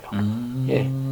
그렇게 되면서 이제 서독은 점점 자유진영의 지원도 있었고 원조도 있었고 계속 성장을 했던 거고 동독은 상대적으로 좀 그렇지 못했고 그렇죠. 소련의 영향권 하에 있으면서 그리고 아까 말씀드렸다시피 또 운이 좀 좋았던 게 그 방금 말했던 그 석탄과 철광석이 무지하게 많이 매장이 돼 있던, 그래서 그 일대 라인강 일대 루르공업지대라 그래요. 네. 그러니까 자원이 많고 라인강이라는 큰 강이 흐르고 있으니까 일찍부터 공업이 발달한 곳이에요. 동독 지역은 전통적으로 농업이 발달했던 곳이거든요. 그러니까 이쪽은 농업 기반의 경제고 대체적으로 지역 자체가, 이쪽은 공업 기반의 경제니까 경제 격차는 어떻게 해요? 시간이 갈수록 부가가치는 어디가 더 높겠습니까? 공업 지역이 더 높겠죠. 그렇죠. 그러면서 여기는 또 사회주의 경제를 했으니까 점점 더 퇴보하게 되고요. 예. 그러면서 이제 격차가 점점 더 벌어지게 되는 거죠. 그러다가 독일은 통일을 하게 되잖아요. 그렇죠. 예. 이 통일을 하게 된 배경은 또 뭐예요? 사실 60년대 이때까지는 이제 분단이 점점 더 고착화가 돼요. 당연히 이념 논쟁도 있고요. 그리고 한국에서 50년도에 전쟁이 터지잖아요. 네. 그게 또 영향을 좀 어느 정도 줍니다. 어쨌든 저쪽에서 공산진영과 자유진영이 전면전이 붙었으니 그렇죠. 우리도 어찌 될지 모른다라는 공포감에 좀 휩싸이기도 해요. 그리고 당시 서독에서도 우리나라랑 비슷해요. 할슈타인이란 당시 독일의 외무장관이 할슈타인 독트린이라는 걸 발표를 해요. 50년대 초에. 동독과 수교 맺은 국가는 우리는 안 맺는다. 동독을 우리는 정부로 보지 않는다. 그거죠. 이제 우리가 합법적인 독일의 정부다 이거죠. 정통성을 가진. 동독 당연히 그렇게 주장을 하고요. 골이 점점 깊어져 가죠. 그러다가 1960년대 후반에 들어서서 이제 좀 약간 그런 변화가 생겨요. 국제 정세가 당시 아시아의 공산주의의 가장 큰 두 진영, 소련하고 중국이 중소 국경 분쟁도 일어나고요. 그 둘은 이제 좀 출발할 때부터 이렇게 썩 사이가 좋지 않았어요. 스탈린하고 마오쩌둥이 살아있을 때도 둘은 서로를 좀 견제하기 바빴고 좋아하질 않았어요. 스탈린 입장에서도 덩치 큰 사회주의 국가가 자기들과 국경을 맞대고 있으니까 좀 조금해야 이제 시키는 대로 하기 좋을 거 아니에요. 근데 중국은 너무 크잖아요. 그렇죠. 네, 그러니까 썩 마음에 들어 하지 않았죠. 그러다가 53년도에 스탈린이 어쨌든 죽고요. 50년대. 그리고 나서 좀 지나오다가 약간 그 좀 화해 무드가 살짝 생겨요. 동서진영 간에. 중소 국경 분쟁이 일어나고 막 하니까 미국이 소련을 견제하기 위해서 중국과 살짝 이제 또 친한 제스처를 취합니다. 그래서 당시 닉슨하고 마오쩌둥이 진짜 정상회담을 하기도 하고요. 그때 이제 당시 서독의 총리였던 그 밀리 브란트라는 총리가 그 틈을 이제 이용을 합니다. 그러면서 동국권 국가들과 수교를 하기 시작해요. 그러면서 폴란드와 수교를 하고 소련과도 이제 수교를 하고요. 그때 그 유명한 사진이 그 폴란드의 바르샤바의 그 게토 기념비 앞에 가서 그 독일의 총리였던 빌리 브란트가 무릎을 꿇고 사죄를 하죠. 이제 우리가 잘못했다. 독일이 과거에 유대인에게 했던 모든 전범을 인정하고 참회한다 이러면서 진짜 전 세계 외신이 보는 앞에서 무릎을 꿇어버려요. 그러면서 이제 좀 화해 무드가 되고 이 빌리 브란트가 이제 오스트폴리틱이라고 독일어로 동방 정책이라는 걸 펼쳐요. 동독하고 이제 화해 손을 내밉니다. 아까 말했던 할슈타인 독트린을 깨고 동서독 정상회담이 그때 처음으로 이루어지고요. 인도주의적인 부분부터 가족들 만나게 해주고 뭐 이런 거 하는데 이제 당시 이제 뭐 여러 가지 뭐 이유가 있는데 동독 입장에서도 어쨌든 서독 사람들이 와서 돈 쓰면 좋은 부분도 있고 자기들한테. 그렇죠. 그리고 그때 나름 동독은 또 나름의 자신감이 있었어요. 그래서 서독과의 그 교류를 받아들이죠. 그래서 동독 사람들이 서독의 저런 것들을 자꾸 보다 보면은 자본주의의 폐해를 알게 될 것이고 이제 보다 더 우리의 이념의 우수함을 사람들한테 자연스럽게 이제 알게 될 것이다. 그러면서 이제 전화, 뭐 서신 이런 것들이 조금씩 뚫리기 시작하고 동서독 간에 친지 방문이 조금씩 이제 제한적이나마 허용이 되고요. 그러면서 서독의 방송이 이제 들어옵니다. 라디오라든지 텔레비전 방송이. 그런데 동독 사람들이 이제 서독 텔레비전을 이제 그때부터 보기 시작해서 한 70년대 때부터 보다 보니까 재밌는 거예요. 그리고 서독 사람들이 한 번씩 방문을 할 때마다 보면 옷차림이나 신발부터가 신세계를 보는 거죠. 이 사람들이. 잘 사네 쟤네. 우리가 좀 뛰어나다고 배웠는데 아닌 것 같아. 쓰고 가는 것부터가 일단 뭐 가지고 오는 것부터가 일단 좋은 동독 사람들이 이제 서서히 이제 저쪽에 물이 들어가기 시작하는 거예요. 그렇죠. 저쪽에. 쟤네도 되게 우리보다 더 자유롭고 행복하게 사는 것 같고 우리는 하고 싶은 말도 못하는데 쟤는 하고 싶은 말 다 하고 살고 그러면 이제 서서히 이제 그런 게 싹이 트기 시작하는 거예요. 70년대를 그렇게 지나가요. 80년대 중반에 접어들면서 그때 이제 88 서울올림픽도 하고요. 그때 88 서울올림픽이 2차 세계대전 이후에 이전까지 올림픽은 반쪽짜리 올림픽이었거든요. 자유진영에서 올림픽을 하면 공산국가들이 안 오고 그러니까 가장 유명했던 게 84년 LA 올림픽. 그때 이제 공산권 국가들이 안 갔죠, 미국에. 그리고 그 앞에 있었던 그 예전에 모스크바 올림픽에도 자유진영들이 다 안 가고. 그러다가 88 올림픽 때 이제 그때 소련도 들어오고, 예, 동구권 국가들도 오고, 동서독이 다 참여를 했었고, 뭐 서방 세계도 다 왔고요. 그렇게 약간의 80년대 말에 화해 무드가 되면서 또 하필이면 그때 또 이제 소련의 정권이 이제 사회주의가 이제 몰락을 하기 시작합니다. 일단 배고프잖아요. 그렇죠. 배고프면 장사가 없어요, 사람이. 아무리 이념이 어째도 배가 고프면 어쩔 수가 없는 거예요. 왜냐하면 여긴 계획 경제니까 막 생필품이 모자라고 뭐가 맨날 어그러지는 거예요. 사람들이 이제 자유를 요구하기 시작하죠. 우리에게 자유를 달라. 특히 독일 같은 경우도 그 분위기에서 라이프치히라는 도시가 있어요. 독일 작센주에. 거기에서 이제 매주 일요일마다 교회를 갔다 와서 예배를 보고 끝나고 나면 사람들이 시위를 하기 시작했던 게 점점 규모가 커지다가 이제 89년도 11월 9일이죠. 뭐 베를린에까지 이제 막 다 사람들이 막 거리에 나오기 시작한 거죠. 우리에게 이제 뭐 여행의 자유를 달라 이제 막 계속 이제 막 외치기 시작하는 거예요. 더 이상 이제 동독 정권도 버티지를 못한 거죠. 그때부터 이제 막 사람들이 막 국경을 넘어 탈출하기 시작해요. 헝가리도 이제 그때 막 민주화 봉기가 일어나면서 막 국경을 개방하고요. 중립을 표방하고 있던 오스트리아도 우리도 국경을 개방하겠다. 그러니까 동독 사람들이 체코를 지나 헝가리로 넘어가서 오스트리아로 들어와서 오스트리아에서 이제 막 위넨으로 탈출 러시를 하는 거고요. 남부 독일로 서독으로. 그리고 이제 베를린에 있던 사람들도 이제 막 장벽 앞에 몰려드는 거죠. 89년도에 막 걷잡을 수가 없어요. 그게 이제 베를린 장벽 붕괴라는 사건이에요. 그날 1989년 11월 9일 밤에 진짜 장벽이 무너지고 그냥 동독 사람들이 그냥 서독으로 확 밀고 들어가요. 예. 아, 그 베를린 장벽을 없앤 게 뭐 동독과 서독 서로 정부끼리 협의를 해서 우리 오늘 밤 장벽 허뭅시다 이렇게 허문 게 아니었어요. 예, 그렇죠. 일시적인 그냥 사건이었어요. 그렇게 그냥 사람들의 힘으로 그냥 무너뜨린 거예요. 예. 그냥 동독에서 일어난 민중봉기에 의해서 그냥 무너져 버린 거예요. 예. 동독 정부로서도 이제 더 이상 뭐 어떻게 할 방법이 없는 거죠, 이거는. 그러니까 앞에 뭐 이제 나름대로 교류는 하고 계속 해왔지만 70년대부터 그 사건은 정말 준비 없이 터진 거예요. 그 사건이 터지고 나니까 이제 동독 정부에서도 서독에 이제 협상을 요청하죠. 통일에 대한 협상을 한 1년간에 거쳐서 1990년 10월 3일에 동서독 통일을 정식으로 하게 되는 거예요. 독일은 전후에 그 전범 행위들에 대해서 어떤 식으로 자기의 실수를 만회하려고 하고 있는 거예요? 일단은요, 대외적으로 계속 끊임없이 인정을 해요. 아까 말씀드렸던 것처럼 그 빌리 브란트 총리가 무릎 꿇고 사죄했던 것을 시초 뭐 그렇게 해서 일단은 자신들이 했던 행위에 대해서 부정을 하질 않아요. 꼭 이제 일본하고 이제 비교가 안 들어갈 수가 없는데 우리 한국인들은 일단 일본의 형태를 보면은 이제 부정을 하는 경우가 많죠. 우린 그런 적이 없다. 뭐 예를 들면은 종군 위안부 할머니들이 뭐 자발적인 행위였다부터 시작을 해서 우리가 뭐 꼭 그런 것은 아니었다. 강제 징집을 하지 않았다. 뭐 계속 이런 식으로 얘기를 하잖아요. 명백한 증거가 있음에도 불구하고 그런 부분에서 일단 큰 차이가 있는데요. 물론 독일도 뭐 제가 아는 선에서 말씀을 드리면은 완벽하게 청산하지는 못했어요. 예, 서독 정부가 출범하면서 나치에 가담했던 많은 사람들이 강요로도 들어오고 많이 살아남았죠, 사실은. 그러니까 100% 청산이 되지 못했어요, 독일도. 결국엔 그걸 안고 갔는데 어쨌거나 저쨌거나 지금 대외적으로 보여지거나 어쨌든 총리부터 일단 망언을 하지는 않죠, 기본적인 거. 예. 그리고 일단은 학교에서도 가르쳐요, 그거를. 자기들이 했던 행동에 대해서 일단 가르치는 건 있어요. 그런 부분에서 이제 좀 차이가 있죠. 예.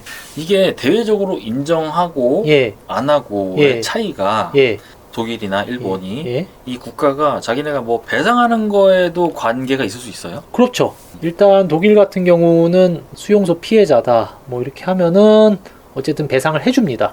하지만 일본 같은 경우가 이제 자신들이 일단 뭐랄까요, 알 수 없죠. 뭐 저 사람들이 뭐 아니라고 하는데 더 이상은. 하지만 그건 있어요. 배상을 해주는 순간 일본도 아시아에 한 짓이 많거든요. 그걸 다 해줘야 되는 거예요. 예. 그러니까 끝까지 계속 오리발을 내미는 부분이 있는 거죠. 해주기 시작하면 다 해줘야 되거든요. 특히 아시아, 뭐 필리핀에 가서 그랬죠. 인도네시아 가서 그랬죠. 중국 가서 그랬죠. 예, 이게 이런 부분이 있다 보니까 얘네들은 끝까지 이제 부정하는 작전으로 가는 것 같다는 게 이제 제 생각이에요. 논문의 주제는 뭐로 쓰셨어요? 프랑스와 독일이 어떻게 적대 관계를 청산하고 우호 조약을 맺었는가, 그 과정, 그리고 비교해서 한국과 일본은 또 어떻게 그렇게 됐는가, 이걸 두 개를 이제 비교한 거예요. 예. 그러면은 프랑스와 독일은 어떻게 우호 관계를 맺게 된 거예요? 예, 일단은 처음에 아까 말씀드렸다시피 그 드골은 독일이 일어서는 걸 원치 않았어요. 원치 않았는데 미국의 영향력이 컸죠. 아까 말씀드렸다시피 그 바르샤바 조약이라는 걸 만들었잖아요. 그러니까 미국도 서방 세계를 규합해서 나토라는 걸 만들어요. 그 유럽의 북대서양 조약기구를 만든 거예요. 그렇게 해서 우리 북대서양의 방어 전연을 구축해서 군사 방어 조약을 체결해서 소련의 서진을 방어한다. 공산 세력에 그걸 방어한다, 이거였는데, 그러다 보면은 이제 동독과 국경을 접하고 있는 서독의 재무장이 반드시 필요한 거예요. 그러기 위해서는 이제 미국은 서독의 재무장을 어떻게든 서둘렀어야 했고요. 서독도 어떻게든 자기들의 과오를 어떻게든 빨리 벗어나서 재무장을 하고 싶잖아요. 그러다 보니까 그런 이해관계가 맞아떨어졌던 측면이 있고요. 그런 와중에서 이제 프랑스도 고립이 되잖아요. 그렇게 되다 보면은 영국은 이제 미국하고 당시 노선을 거의 같이 간다고 보시면 돼요. 그러다 보면 도버해협 건너서 이제 있는 영국까지 독일 편이 돼버리면 우리만 소외가 될 수 있으니까, 그러니까 프랑스도 이제 어느 정도 합의를 보죠. 그러면은 어쨌거나 저쨌거나 뭐 독일에서도 뭐 잘못했다 하고 뭐 어쨌든 석탄과 철강을 공동으로 사용한다는 그런 거에도 약속을 했으니 우리도 그러면은 적대 관계를 하지 말고 이제 조금씩 우호 관계로 이제 가보자. 외교 노선을 변화하게 되고요. 그리고 당시 이제 프랑스가 가지고 있던 식민지 알제리, 그거는 이제 또 끝까지 포기하고 싶지가 않아요. 근데 때마침 알제리에서 독립전쟁이 일어나가지고 독립을 해버려요. 그러다 보니까 드골 정부의 위신이 많이 이제 좀 약해진 상황이었죠. 그렇다면 그것을 또 타개할 방책이 뭐냐? 그러면은 빨리 우리도 여기하고 해가지고 경제도 일으키고 평화적인 무드로 좀 가야 되지 않을까라는 그러한 입장이 있었죠. 항상 모든 외교 조약에는 당사국들의 입장이 있어요. 항상 외교는 이해관계에 따라 움직일 수밖에 없기 때문에. 예. 그러면은 프랑스와 독일은 예. 일단은 속으로는 모르겠지만 일단 예. 겉으로는 화해 모드가 조성이 된 거죠. 그렇죠. 그래서 우호 조약을 체결을 합니다. 실제로 엘리제궁에서 1963년도에 독일의 콘라트 아데나워 총리와 프랑스의 샤를 드골 대통령이 이제 서명을 하고 이제 우호 조약을 체결을 하게 돼요. 예. 이제 뭐 여러 주변국들의 예. 서로의 입장이 다 있는 거니까. 그렇죠. 예. 이 입장을 한데 버무렸을 때 예. 이제 프랑스와 독일은 예. 화해하는 게 맞은 거고. 그렇죠. 예. 그럼 이제 논문이 이제 예. 이거와 우리나라와 일본의 예. 상황을 비교하신 거니까. 예. 그러면 이 프랑스와 독일의 경우와 예. 우리나라와 일본의 경우는 예. 또 어떤 점이 또 달랐던 거예요? 일단은 때린 쪽에서 인정을 안 해요. 그리고 달랐던 점은 또 하나가 또 뭐 여러 가지 생각나는 대로 일단 제가 아는 선에서 말씀을 드려요. 뭐 제가 말씀드리는 게 다 맞는 것도 아니고 제가 다 아는 것도 아닙니다. 일단은 한반도는 전쟁을 겪었죠. 정말 아픈 전쟁을 겪었어요. 3년 동안. 그렇기 때문에 그 공산 진영에 대한 적대감이 독일보다 더 심했다라고도 볼 수도 있죠. 일단 직접적인 내전을 겪었으니까요, 우리는. 그리고 역시나 이제 미국의 아시아 태평양 전략에 작용을 해요. 일단 중국과 소련이라는 거대한 공산주의 덩어리가 두 개가 있단 말이에요. 그리고 그들과 국경을 맞대고 있는 북한이 있고, 근데 자기들은 바다 저 멀리 건너 있잖아요. 그러기 위해서는 한국전쟁 때 일본이 병참 공급창이 되었던 것처럼 한국과 일본이 좀 묶일 필요가 있는 것도 있어요. 그래서 미국이 뒤에서 그렇게 조금 스탠스를 취했던 면이 없잖아 있고요. 그러다 보니까 이제 1953년도에 한국전쟁이 한창일 때 샌프란시스코 강화회의라는 걸 해요. 미국의 샌프란시스코에서 일본에 대한 이제 전후 배상 문제를 거기서 다 처리해버려요. 근데 참 아쉬운 게 이 조약이 대한민국이 거기 초대를 받지 못하죠. 예. 그리고 대한민국 한창 전쟁 중이니까 거기에 갈 정신도 없었고요, 당시. 그렇게 해서 사실상 마무리가 돼버려요, 그렇게 1차적으로. 그럼 이제 대한민국과 일본 간에 쌍방이 이제 남아있는 계산이라고 하긴 좀 뭐하지만 하여튼 계산할 게 남았죠, 쉽게 표현하기 위해서. 그래도 이게 이승만 정권 때까지는 끌어요, 계속. 근데 대한민국도 4.19 혁명이 터지고요, 1960년도에. 1년 뒤에 이제 5.16 군사정변이 일어나고 처음에 미국이 이 군사정권을 인정을 하지 않습니다. 그러면 이제 이 군사정권, 이 박정희 정권은 정통성을 인정받아야 될 거 아니에요. 그러면은 이제 아까 생각했던 미국의 그런 스탠스에 조금 맞출 필요가 있었던 거죠. 그래서 당시에 3억 불, 배상금도 아니죠. 독립축하금이라는 명목으로 받죠. 어떻게 보면 참 말이 안 되는 게 자기들이 식민지 해놓고 독립축하금이라는 걸 그쪽에서 준다는 게 사실 말이 안 되는 거죠. 그렇지만 어쨌든 그렇게 했고요. 나머지는 또 이제 10년 장기 차관의 형식으로 이제 또 돈을 받아와서 그렇게 어쨌든 하고 외교 관계를 그때 다시 맺고 다시 이제 대사관을 트고 지금까지 어쨌든 수교 관계죠, 한국과 일본은. 그렇게 외교 관계가 이어져 오고 있는 거죠. 하지만 앞에 조금 비교를 해보자면은 정말 이제 청산이 안 됐다는 거. 독일도 내부적으로 정말 청산이 안 된 부분이 있지만 어쨌거나 저쨌거나 대외적으로 자신들이 했던 행동은 했다라고 인정을 하는 반면에 여기는 이제 그렇지 않고 배상 문제에 있어서도 굉장히 좀 졸속이라고도 많이 표현을 하고 하는데 그런 부분에서 이제 차이가 좀 있죠. 예.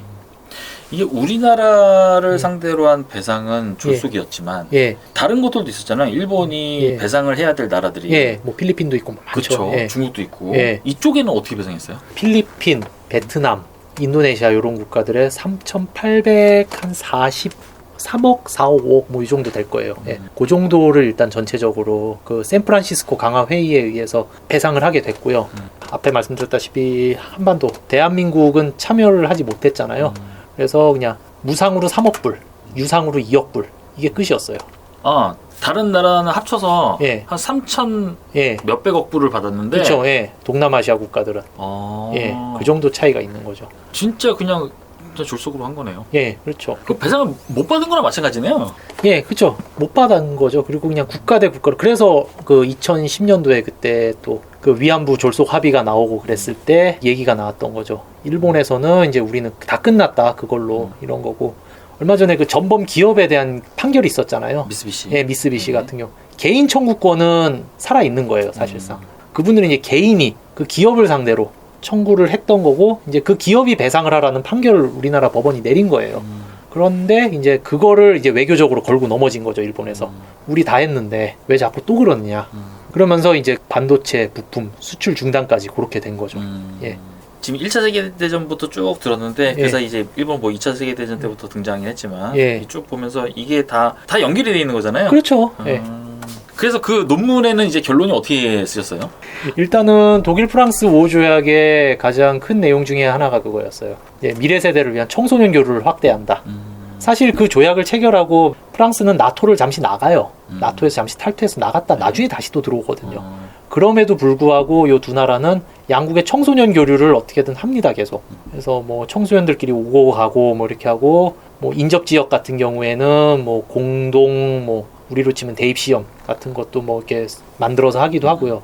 뭐 몇몇 대학들은 공동 학위 제도도 뭐 만들고 뭐 나름 교류 사업을 많이 해요. 그래서 2000년대 들어서서 양국의 청소년들이 또 모여서 뭐 토론을 해갖고 의제 하나 만들어낸 게 우리의 공동 역사 교과서를 만들어 달라. 독일, 프랑스 공동 역사 교과서를 각각의 언어로 만들어 주십사. 그게 받아들여집니다, 양국의 교육 당국에. 예. 그래서 그 교과서가 나왔고요. 그 중에 이제 근현대사 부분은 한국어로도 지금 번역이 돼서 지금 시판이 되고 있어요. 아, 그래요? 예, 예. 그 이거 서점 가서 뭐라고 서점 나와요? 독일, 프랑스 공동 역사 교과서라고 있어요. 아, 그런 게 있구나. 예, 그 엘리제 조약 그 60주년인가 그때 기념해서 그때 나왔나 하여튼 그렇게 예, 그런 부분이 이제 있고. 근데 한국 같은 경우는 아직까지 청산되지 못한 부분이 많죠. 아까 그런 부분 플러스 이제 종군 위안부로 가서 이제 그 희생을 당하신 분들, 그다음에 강제 노역의 피해자분들, 그리고 아직까지도 어쨌든 인정을 하지 않고 있는 그런 부분들에 있어서 향후 뭐 발전되는데 많은 걸림돌이 있을 것이다. 이런 부분들이 해결이 되면 가장 좋겠지만 어쨌든 가해자가 지금 인정을 하지 않고 있는 상황이니 한국의 입장으로서는 계속 사실을 기억하고 발전시켜 나가야 될 부분이고, 그래도 한국과 일본도 조금 뜻있는 분들이 한일 공동 역사 교과서라고 또 써낸 게 있어요. 그것도 시판되고 있는 책이에요. 근데 이제 이거는 당국 차원에서 만든 게 아니고 양국의 역사 선생님들이 정말 민간 차원에서 교류 협력을 통해서 만들어낸 책이죠. 그래서 뭐 정식 교과서로 쓰이진 않고 있지만 관심 있는 분들이라면 한번 예, 시중에서 구해다가 읽어보실 수는 있습니다. 예.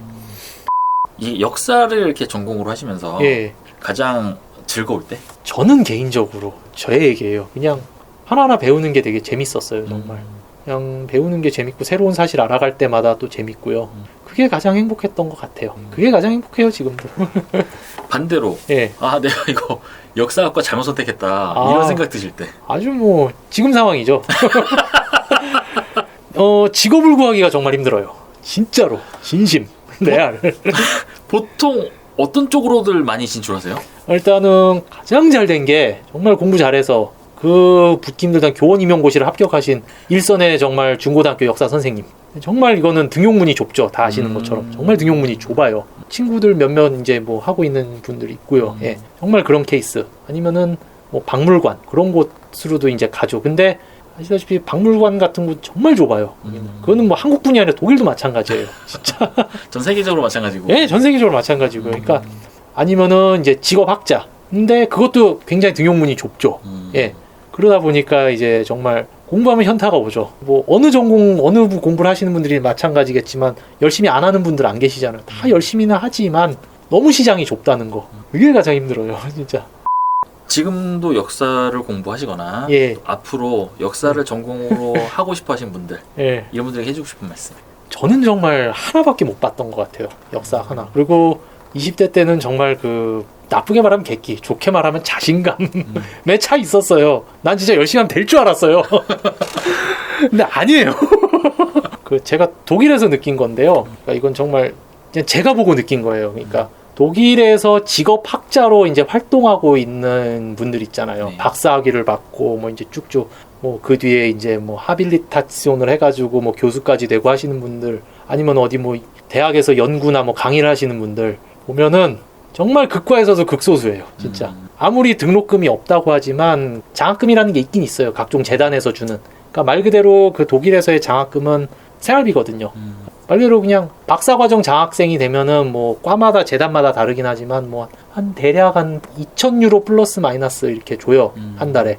그걸로 정말 이제 그래도 경제적인 곤궁함은 없이 공부는 할 수 있죠. 하지만 그 장학금을 받았다는 것이 또 하필이면 또 독일에서의 그꽃 시장에서는 또 스펙이더라고요. 이분들 양력을 보면은 다 장학생 경력이에요. 아, 나는 어디서 하나 장학금 받았고. 예, 어느 재단에서 장학금. 나는 뭐 콘라트 아데나워 재단 장학생 출신이다. 나는 프리드리 에버트 재단 장학생 출신이다. 뭐 이런 게 다 있어요. 예. 물론 독일에서 독일인도 그 장학금 안 받고 경제적 여건이 되면 뭐 박사 할 수 있습니다. 하는데 조금 뭐랄까 이제 진입하기가 더 어려운 거죠. 장학생 출신이 아니면. 제가 보고 느낀 바는 그래요, 진짜. 그러니까 그것도 하나의 스펙이 되더라고요. 근데 저 같은 경우 외국인의 입장에서 당연히 독일어는 독일인보다 안 되죠. 이거는 뭐 제가 좁힐 수 없는 갭이니까. 근데 그래도 뭐 한국인 분들 중에 뭐 역사학과는 아니지만 다른 과에서 뭐 장학금 받고 공부하신 분들도 계십니다.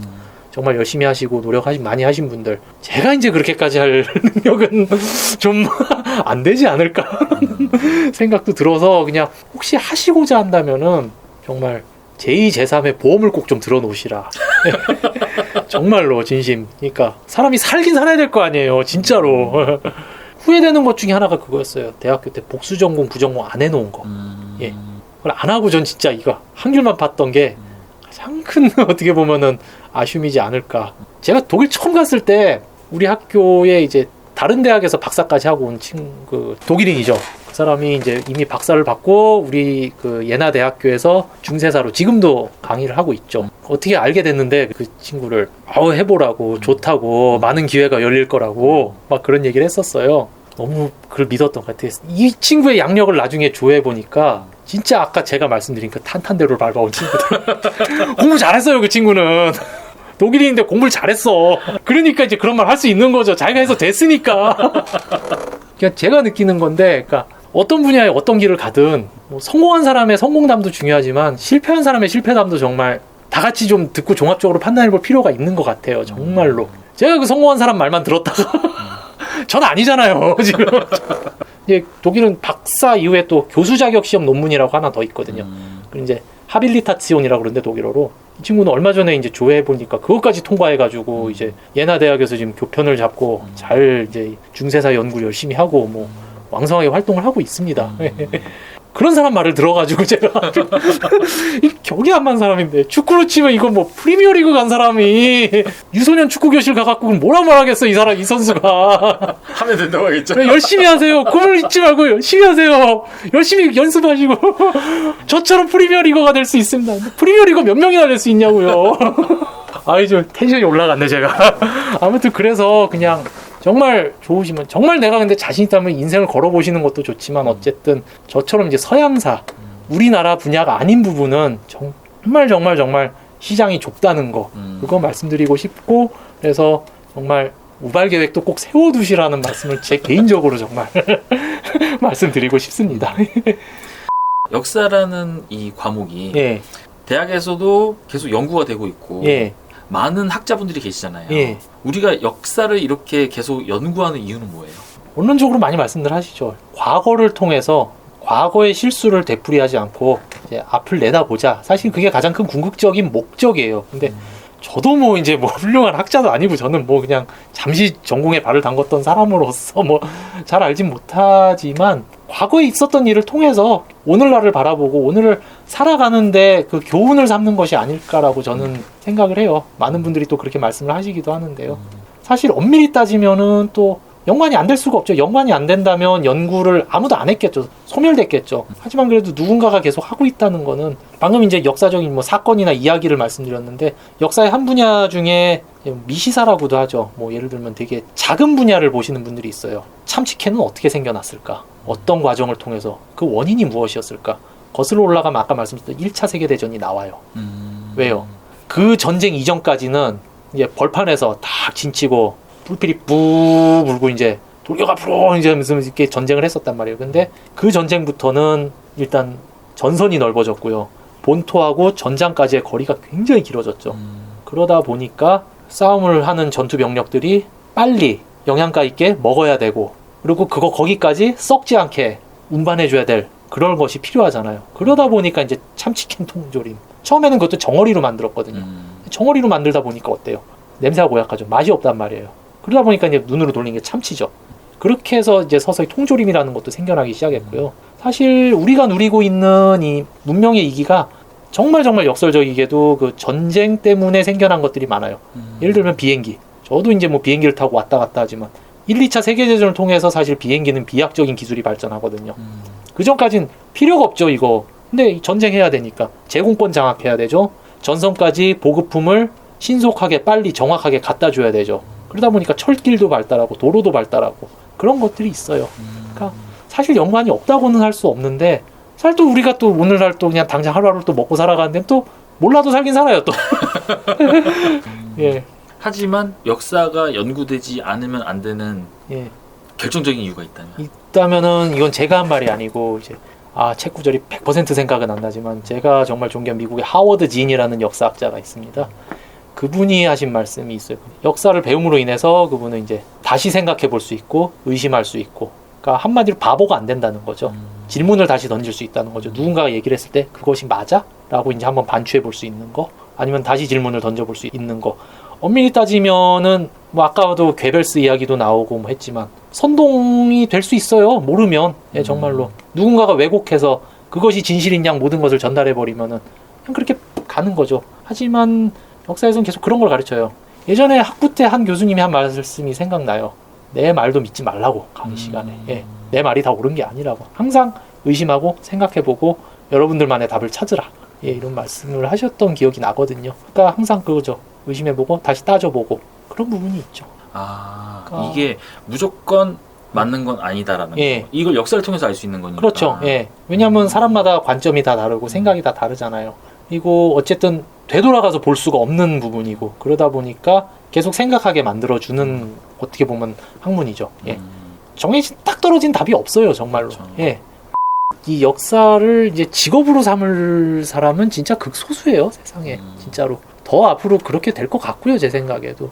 그렇지만 그래도 그냥 관심을 좀 많이 가져주시면 그래도 보다 더 저희가 나눌 이야기들이 풍성해지지 않을까. 오늘 어쨌든 까레님께서도 그래도 관심을 가지고 오늘 저한테 물어봐 주셨기 때문에 제가 아는 선에서 그래도 이렇게 대답을 해드리고 할 수 있으면서 저도 참 즐거웠거든요. 그런 부분이. 그래서 관심을 좀 가져주시면 저처럼 이제 조금 공부한 사람들도 조금이나마 제가 이제 배운 거를 이제 조금이나마 알려드리면서 이렇게 기쁨을 느낄 수 있지 않을까. 좀 더 풍성해지지 않을까. 그런 말씀을 드리고 싶어요. 그걸 제가 느꼈던 게 가이드로 그때 일할 때 그냥 뭐 나름대로 그때 생각나는 대로 그때 이제 좀 학교에서 배웠던 내용을 이렇게 좀 말씀해드렸는데 손님 한 분이 그 말씀 하시더라고요. 그거 너무 유익했다고. 나 진짜 아무 생각 없이 한 말인데 그래도 관심을 가져주셨고 그래서 내가 진짜 많이 알지 못하고 뭐 아직 잘 알지도 못하는데요 사실. 그럼에도 불구하고 제가 알고 있는 조그만한 거 이렇게 그래도 말씀드렸을 뿐인데 크게 또 받아들이고 그분들한테 또 큰 의미로 다가가는 분도 있구나.